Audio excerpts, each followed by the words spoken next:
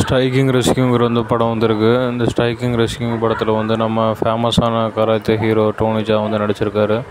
இந்த படத்தோட கதை என்னென்னு பார்த்தீங்கன்னா வந்து நம்ம டோனி ஜாவோட ஃபேமிலிக்கு வந்து ஏற்கனவே வந்து பாஸ்ட் லைஃப் இருக்கும். அந்த பாஸ்ட் லைஃப்பில் இருக்க டோனி ஜாவோட ஃபேமிலியை வந்து இந்த கெட்டவன் வந்து கொண்டிருப்பான். அந்த கெட்டவன் வந்து பழிவாங்கறதுக்கு வந்து துடிச்சிக்கிட்டு போராடிட்டு இருக்காரு. இது பார்த்திங்கன்னா லியோ படமும் தெரி படம் மிக்சர் ஆட்டம் தான். ஆனால் இது வந்து நல்லா பொது டிஃப்ரெண்ட்டாக எடுத்திருக்காங்க. ஓங் பேக் வந்து பார்த்துருப்பீங்க, நம்ம டோனி ஜாவோட ஓங் பேக்கு. அப்புறம் கில் ஜோன் 2லாம் வந்து பார்த்துருப்பீங்க. அதில் ஃபைட் சீன்லாம் எப்படி மரணத்தனமாக கொடுத்தாங்களோ அதே மாதிரி தான் வந்து இந்த படத்துலேயும் வந்து இருக்கும். அதில் பார்த்திங்கன்னா ஒவ்வொரு ஃபைட் சீன் வந்து பின்னியிருக்காங்க. கொலகானில் வந்து எடுத்திருக்கானுங்க. எப்போதுமே கராத்தே ஃபைட் சீன் தான் வந்து காட்டுவாங்க டோனி ஜா படத்தில். இல்லாட்டி வந்து அங்கே இருக்க முலாய் அந்த மாதிரி டெக்னிக்ஸ்லாம் வந்து காட்டுவாங்க, ஸ்கில்ஸ் எல்லாம். ஆனால் அந்த படத்தில் காமிச்சிருக்கிறது பார்த்திங்கன்னா வந்து தாய் ஸ்கில்ஸ் வந்து காமிச்சிருக்காங்க. தாய்லாண்டில் உள்ள அந்த தாய் ஸ்கில்ஸ் கொள்கிற ஸ்கில்ஸ் வந்து காமிச்சிருக்காங்க. எல்போவில் வந்து அடிக்கிறது, மண்டையை உடைக்கிறது, மண்டையை நக்கிறது, கையை உடைக்கிறது அப்படின்ட்டு நிறையா ஸ்கில்ஸை வந்து காமிச்சிருக்காங்க.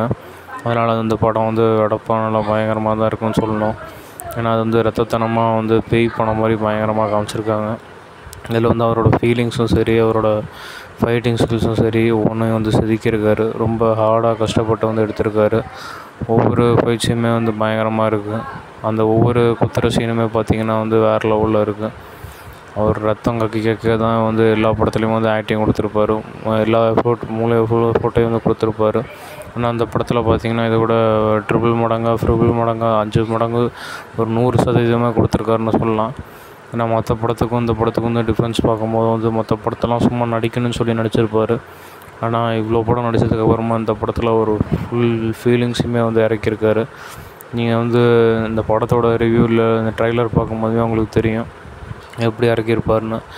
இதில் வந்து இவருக்கு கூட ஒரு பொண்ணு இருக்கும். இந்த பொண்ணு வந்து இவரோட தங்கச்சியாகவும் இருக்கலாம், இல்லாட்டி இதோட பிள்ளையாகவும் வந்து இருக்கலாம். ஒன்று என் ஒய்ஃபை கொண்டிருக்கணும், இல்லாட்டி வந்து அவங்க அப்பா அம்மா எல்லாத்தையுமே கொண்டிருக்கணும். உன் ஒய்ஃபை கொண்டதுனால குழந்த மட்டும் இருக்கும். தெரி படத்தில் வர மாதிரி சமந்தா எப்படி கொண்டுருவாங்களோ அப்புறம் அந்த குழந்த மட்டும் இருக்கும். இந்த குழந்தைய வந்து இதோட அப்பாவாக தான் வந்து நம்ம ஹீரோ டோனி ஜாவாக வந்து இருக்கணும். டோனி ஜா வந்து கஷ்டப்பட்டு இந்த பொண்ணை வந்து இவனுங்கிட்டேருந்து பாதுகாத்து வந்து வளர்க்கணும். அதுதான் வந்து கதையாகவே வந்து கொண்டு போவாங்க. அந்த குழந்தைய வந்து இந்த கெட்டவனுக்கிட்ட இருந்து பாதுகாக்கணும். அப்புறம் மெயினாக இவன் ஃபேமிலியை கொண்டவனுங்க, ஒய்ஃபை கொண்டவனுங்க எல்லாத்தையுமே வந்து போட தரணும் டோனி ஜா. அதான் வந்து கதையாக வந்து கொண்டு வந்திருக்காங்க. ஒவ்வொரு சீன்லையும் பார்த்திங்கன்னா அந்த குழந்தைய காப்பாற்றுறதுக்காகவும் சரி, அப்புறம் எதிரிங்க இடத்துல போய்ட்டு எல்லாத்தையும் அடிக்கிறதும் சரி, ஒரு 1000 பேர்த்த வந்து அடிக்கிற மாதிரி வந்து ஸ்டண்ட்டு காமிச்சிருப்பாங்க. ஒரு ஸ்டண்ட்டுமே வந்து பயங்கரமாக இருக்கும். அதில் வந்து கண்டிப்பாக போர் அடிக்காது, கன்ஃபார்மாக சொல்லலாம். ஏன்னா அந்தளவுக்கு வந்து டேரக்டர் வந்து ஒரு ஃபுல் கான்சன்ட்ரேஷன் போட்டு எடுத்திருக்காரு. இங்கே ஆம்பளை ஃபைட் மட்டும் இல்லை, பொம்பளை ஃபைட்டு வரும், பொம்பளை அடிக்கிற மாதிரி வந்து பயங்கரமாக வந்து கொடுத்துருக்காங்க. இதில் ஃபைட் சீன்லாம் பார்த்திங்கன்னா ரத்தம் சிந்துற மாதிரி வந்து அடித்து கொடுத்துருக்கானுங்க. மற்ற எல்லா படத்துலையும் மரணத்தனமாக காமிச்சிருப்பாங்க. ஆனால் அந்த படத்தில் பார்த்திங்கன்னா பேய்த்தனமாக வந்து இறங்கியிருக்காரு டோனி ஜா.